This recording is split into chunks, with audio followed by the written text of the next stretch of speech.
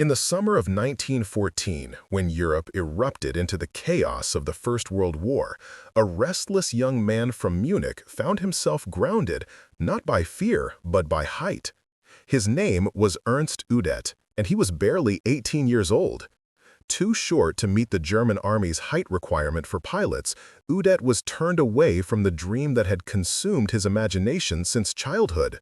He had built model airplanes, watched the early air pioneers soar over Bavarian fields, and felt, deep inside, that his life belonged in the sky. But the war had no time for dreamers. Denied a pilot's seat, Udet enlisted as a motorcycle courier instead, racing across muddy, shell-torn roads, dodging artillery fire to deliver messages between frontline units. It was dangerous work, but it brought him close to the world he longed to enter. Every roar of an engine, every whisper of wind over open ground reminded him of the one thing he truly wanted: flight. In 1915, his persistence paid off.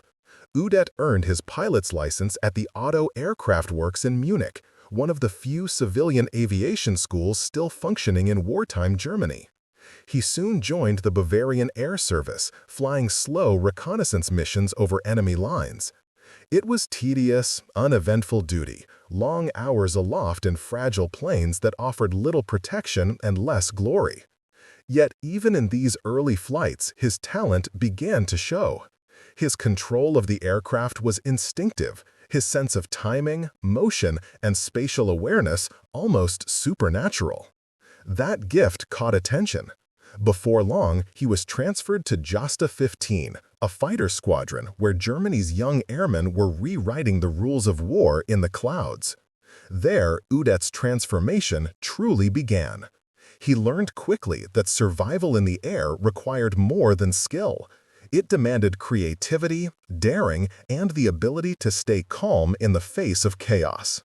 Flying the agile Albatros D3, Udet found himself locked in deadly aerial duels, twisting and rolling through the sky at impossible angles. His first confirmed victory came in March 1917, a British two-seater that spiraled down in flames after a brief, brutal exchange.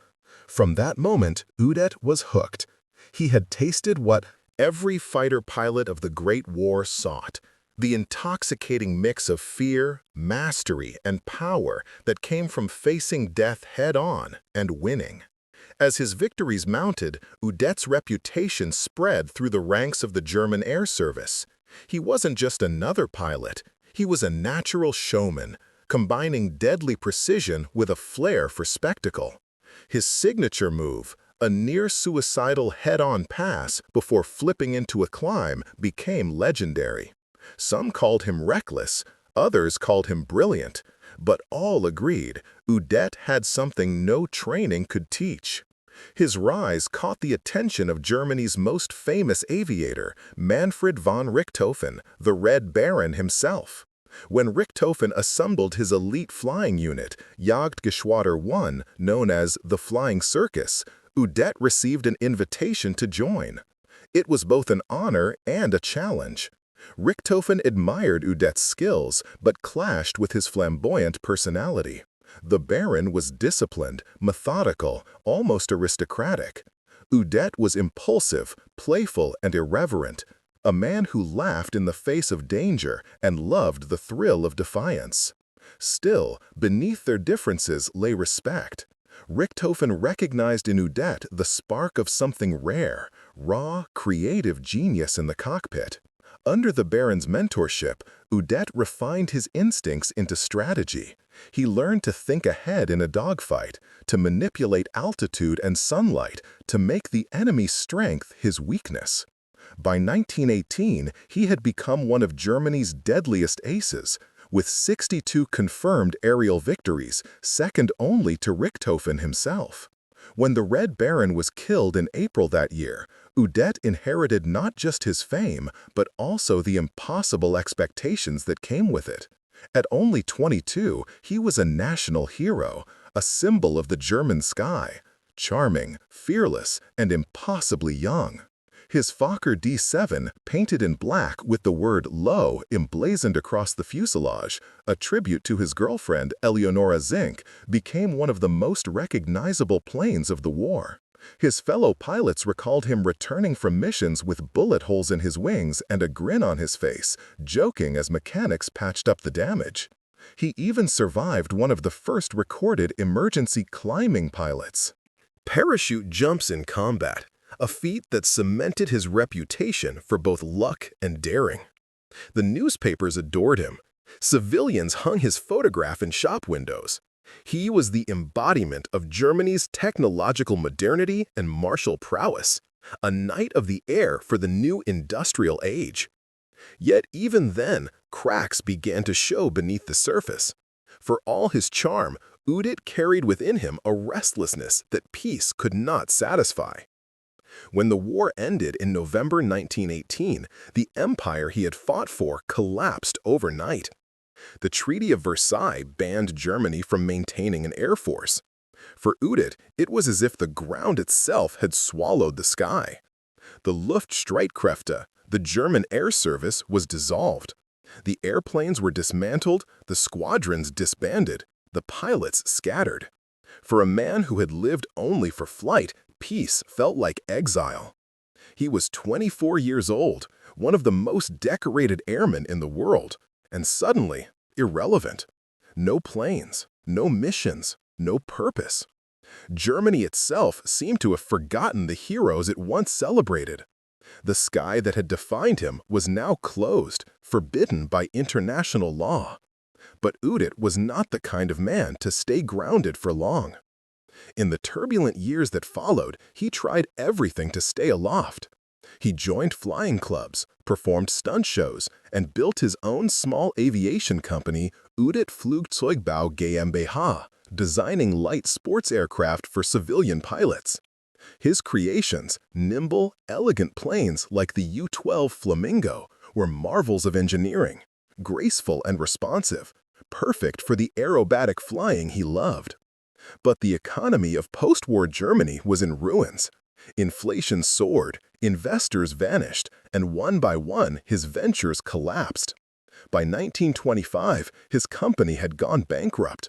Udet, once the pride of Germany's skies, found himself back at the airfield performing death-defying stunts for paying crowds, looping, diving, and spinning through the air as if trying to recapture a vanished world. Yet, even in failure, he never lost his charisma. The crowds adored him. Children dreamed of becoming him. To them, Udet wasn't a relic of a lost war. He was the living embodiment of flight itself, a man who refused, and in many ways, that defiance would become both his greatest strength and his ultimate undoing. The war was over, but the man who had once ruled the skies now found himself a stranger on the ground. Ernst Udet, Germany's second highest-scoring ace of the Great War, returned to a homeland unrecognizable, defeated, divided, and humiliated by the Treaty of Versailles. For millions of Germans, peace brought no relief, only the slow agony of rebuilding from ruin. And for a man who had lived for flight, the post-war years were a kind of living death. The treaty's clauses were clear. Germany was forbidden from maintaining an air force. Aircraft factories were dismantled, production lines destroyed, and pilots like Udet were grounded indefinitely. It was as though the very air had been stolen from them. The once proud Knights of the Sky were reduced to mere civilians, their uniforms replaced by unemployment and obscurity. But Ernst Udet refused to accept that fate. Grounded in law, perhaps, but not in spirit. Throughout the early 1920s, Udet channeled his restlessness into civil aviation. He joined small flying clubs that operated under the guise of aeronautical sports associations, performing aerial stunts for cheering crowds across Germany and Austria. These shows were dangerous and illegal in equal measure, as pilots flew patched-up machines built from salvaged military parts. But they offered Udet something no law could forbid: freedom. Audiences adored him. His flamboyant personality, his easy grin, and his death-defying loops made him a star in a country desperate for distraction. Each stunt was a rebellion against the weight of defeat. Each dive a reminder that Germany still had wings, even if it wasn't supposed to. Newspapers began calling him Der tollkühne Udet, Udet the Daring. His performances became a symbol of resilience, a brief escape from the gray despair of post-war life. In 1921, Udet took a step further. Determined to rebuild Germany's aviation industry from the ground up, he founded his own company, Udet Flugzeugbau GmbH. His dream was simple but audacious: to make flying accessible to everyone, no longer a tool of war, but a passion for peace. His workshop in Munich began producing sleek, lightweight sport planes, the most famous being the Udet U-12 Flamingo. It was elegant, easy to handle, and quickly became a favorite among flight clubs throughout Europe. For a while, success seemed within reach. The Flamingo became a symbol of German innovation, a whisper of the country's forgotten mastery of the skies. But Germany's economy was collapsing under the weight of reparations, inflation, and political instability. The mark was losing value by the minute. Investors pulled out, materials became scarce, and soon Udet's company was on the brink of bankruptcy. By 1925, it was over. The factory closed, workers were laid off. The dream, once again, had crashed. But Udet was not one to fade quietly into failure. He reinvented himself, as he always did, through flight. Throughout the late 1920s, he transformed into an airshow celebrity, performing daring stunts across Europe, North Africa, and even South America. Crowds gathered wherever he went to see the small, wiry German who could make airplanes dance. He became a pioneer of aerobatic flying, executing loops, barrel rolls, and inverted dives with unmatched grace. He'd race trains, fly through hangars, and even drop flowers onto cheering spectators. Every flight was part danger, part theater, and entirely Udet. In 1931, he traveled to the United States to compete in international air races. There, he witnessed firsthand the astonishing advances of American aviation: powerful new engines, metal airframes, and sophisticated instrumentation. He flew with American pilots like Jimmy Doolittle, and even test flew the famous Curtiss Hawk, a dive-bombing aircraft that would later inspire his most controversial innovation. American newspapers called him Germany's fastest man. Hollywood producers called him something else: marketable. Udet's charisma caught the attention of Germany's growing film industry. He began working as a stunt pilot and technical consultant for adventure films such as Stürme über den Mont Blanc, Storm over Mont Blanc, and SOS Iceberg, SOS Iceberg. These were some of the earliest aviation epics: real planes, real danger, real altitude. In them, Udet flew through treacherous mountain passes, brushed the peaks of glaciers, and When Ernst Udet stepped into the marble corridors of the Reich's Luftwaffe Ministerium, the German Air Ministry, in 1934, he entered a world that was utterly foreign to him. Gone were the wind and freedom of the skies. In their place stood the suffocating air of politics, rivalry, and ambition. The once reckless pilot, whose joy had always been in the cockpit, now found himself behind a desk, surrounded by papers, bureaucrats, and the grinding machinery of the Nazi state. His old friend Hermann Göring, now the supreme commander of the Luftwaffe, greeted him not as a fellow ace, but as an instrument, a name that could lend legitimacy to Hitler's rapidly expanding war machine. Göring needed faces like Udet's, national heroes who could inspire both the engineers and the masses. And Udet, ever hungry for flight, fame, and belonging, accepted the role. At first, it seemed like a return to purpose.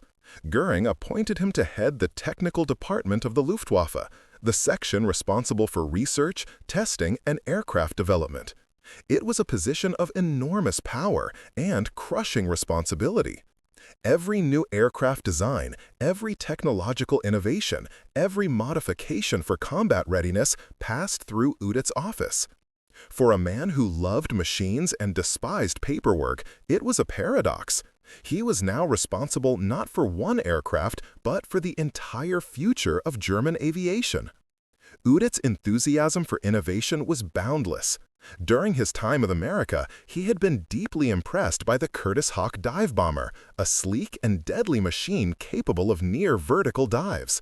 It inspired an idea: the concept of the Sturzkampfflugzeug, or dive bomber, an aircraft that could deliver bombs with surgical precision.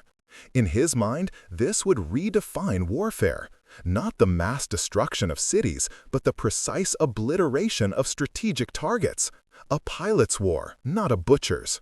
This concept captivated him, and he pushed it with evangelical zeal. It would eventually lead to the creation of the Junkers U-87 Stuka, the screaming vulture of the Luftwaffe, whose wailing sirens, the Jericho trumpets, became the psychological weapon of Germany's blitzkrieg.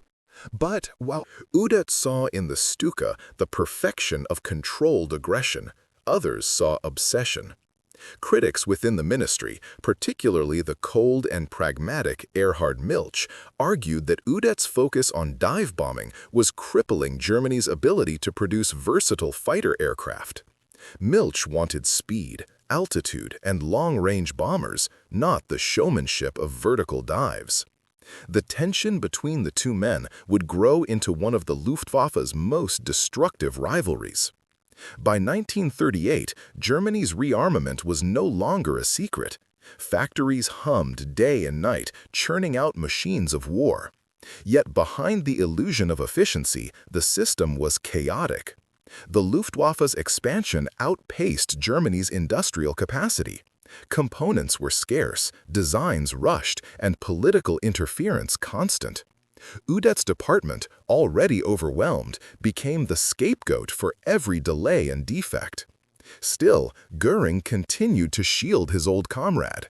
He saw Udet not as an administrator, but as a symbol, a charming, heroic relic of the old fighter elite. But Udet himself began to feel trapped. He was no longer the man who once performed loops for crowds or raced trains across the Bavarian countryside. Now, he spent nights hunched over blueprints and reports, battling exhaustion and bureaucracy. He drank more heavily than ever, often retreating to his office with a bottle of cognac and a handful of engineering sketches. The pressure was relentless, the expectations impossible. Then came February 1939. Göring promoted him to General Luftzeugmeister, Director General of Equipment. It was a grand title, one that looked glorious on paper, but came with a nearly unmanageable burden.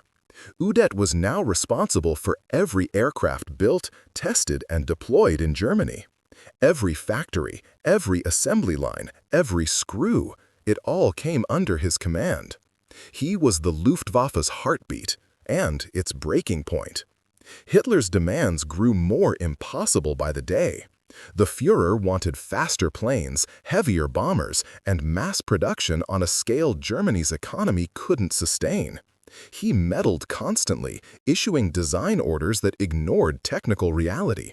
Göring, obsessed with maintaining his position, passed the pressure downward, straight onto Udet. As the Second World War began in September 1939, the Luftwaffe's early victories seemed to justify everything. The campaigns in Poland, Norway, and France were triumphs of speed and terror. The Stuka performed brilliantly, a symbol of precision and fear. It was Udet's brainchild, and for a brief moment, he was vindicated. But victory concealed decay. The Luftwaffe's infrastructure was collapsing under its own success. Factories couldn't keep up with the demand for spare parts.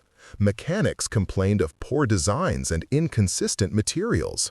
Fighter production lagged behind the RAF and the Soviets. And as the British skies turned black with dogfights in 1940, Udet's vision of dive-bombing glory began to unravel. The Battle of Britain was the breaking point. German bombers, designed for short-range tactical strikes, proved woefully inadequate for prolonged campaigns. Fighters like the Messerschmitt Bf 109 lacked the range to escort bombers deep into enemy territory. The Stuka, once the terror of Europe, became easy prey for British Spitfires. Losses mounted, morale plummeted. Inside the Air Ministry, fingers pointed in every direction, but mostly at Udet. He was blamed for technical misjudgments, for poor planning, for misplaced priorities. Göring, eager to preserve his image before Hitler, began to distance himself from the man he had once called brother. He accused Udet of being too lenient, too emotional, too much of a showman for the grim discipline of modern war. For Udet, it was a humiliation he could barely endure. The man who had once embodied German daring now found himself portrayed as a failure. He withdrew from public life, skipping meetings, spending long nights alone in his office. Papers piled up, deadlines were missed. Engineers and subordinates learned to tiptoe around him, afraid of his sudden outbursts or long silences. And always there was the drinking. Heavier, darker, numbing. Yet even in despair, Udet continued to work. He tested new aircraft personally, often flying dangerous prototypes himself. It was as though he was searching for something, perhaps redemption, perhaps escape. Those who saw him, Erhard during this time described a haunted man, eyes sunken, voice slurred, spirit drained. When the Luftwaffe's failures became impossible to ignore, Erhard Milch quietly moved to take control. Göring, ever the opportunist, allowed it. The knives were out, and Udet, the once celebrated hero, was left defenseless. Still, the final blow was yet to come. In 1941, Hitler prepared to launch Operation Barbarossa, the invasion of the Soviet Union. Udet was sent to the Eastern Front on an inspection tour. What he saw horrified him. The Soviet aircraft industry was vast, efficient, and modern, far stronger than Nazi propaganda had claimed. Germany, he realized, was unprepared for a long war of attrition. He returned to Berlin deeply shaken and warned Göring that the Luftwaffe could not sustain another extended campaign. Göring ignored him. Worse, he ridiculed him in front of others, calling him weak and defeatist. For Udet, it was the final betrayal. The man who had lived for flight now found himself trapped in a political storm, a cog in a machine that no longer needed his spirit or his skill. He had given everything to the Reich's Air Force, his mind, his talent, his health, and in return, it had consumed him. As autumn of 1941 turned to winter, Udet's letters and diary entries grew darker. He spoke of exhaustion, of guilt, of betraying the art of flying. His friends noticed his growing paranoia. He feared being arrested, blamed for failures he hadn't caused. The Luftwaffe's perfectionist dream had become a bureaucratic nightmare, and Udet was caught at its center. He was still surrounded by airplanes, engines, and blueprints, but for the first time in his life, flight no longer meant freedom. It meant failure. And the sky that had once lifted him now loomed like a ceiling he could no longer reach.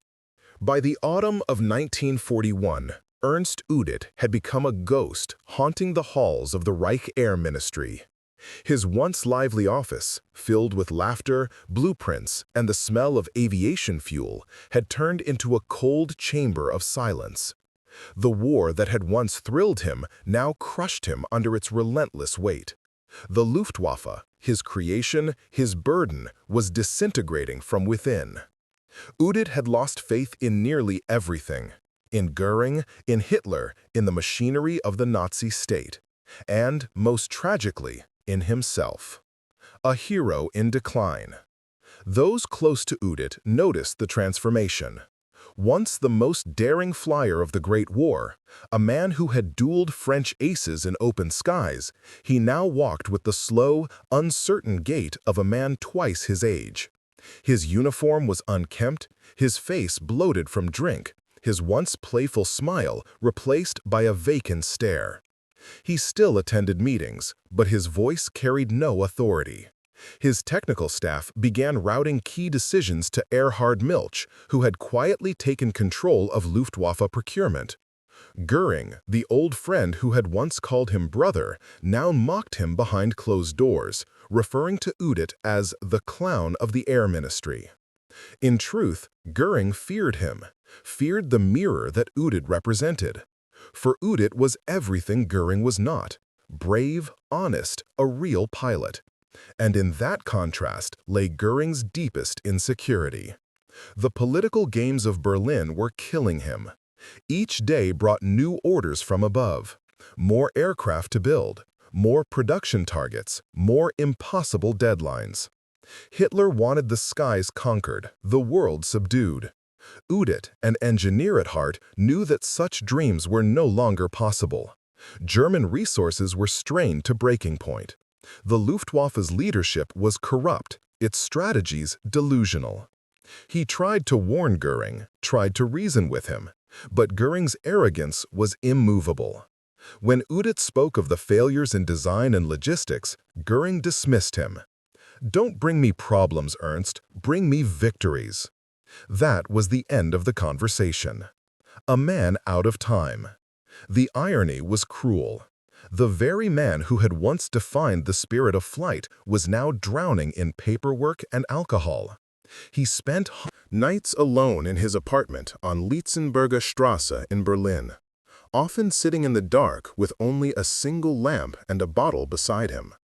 The walls were lined with photographs of his flying days: bright faces, clear skies, machines he had loved. He would stare at them for hours, lost in the ghosts of better times. Letters from old comrades went unanswered.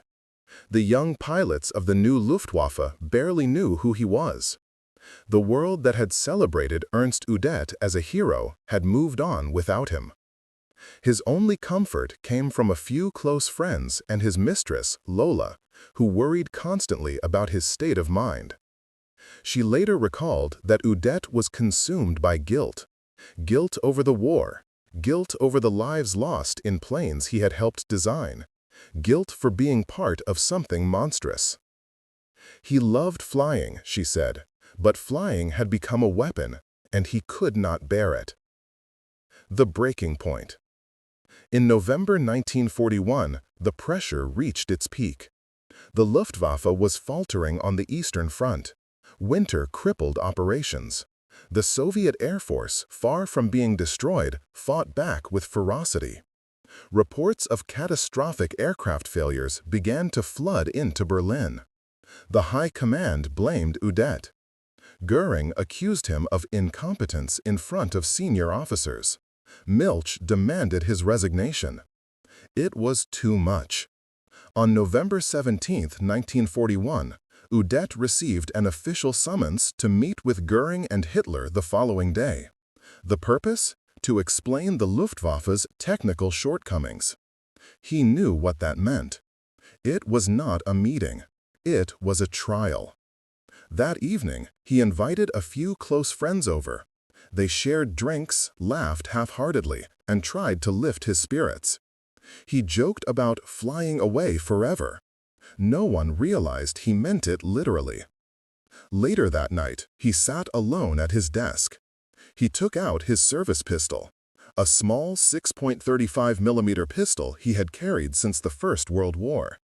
He poured himself one last glass of cognac. Then he wrote 2 notes, one to his mistress, one to Göring. To Göring, he wrote, "You have betrayed me." To Lola, the words were softer, almost peaceful.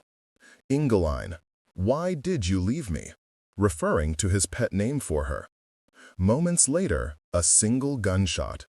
A shot echoed through the apartment. The neighbors called the police.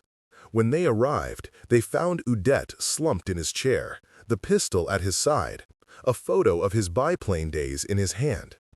On his desk lay a half-finished drawing, the outline of a new aircraft design, never to be completed. Ernst Udet was 45 years old. The cover-up. Within hours, the Nazi propaganda machine moved to erase the truth. The official statement declared that Udet had died in a flying accident during testing. Göring ordered a military funeral with full honors. His coffin draped in the Luftwaffe standard. Hitler sent flowers. Speeches were given, filled with lies about Udet's heroic sacrifice for the fatherland. The truth that one of Germany's greatest heroes had taken his own life was buried under layers of propaganda. Only those closest to him knew what had really happened. Lola, broken by grief, was forbidden to attend the funeral.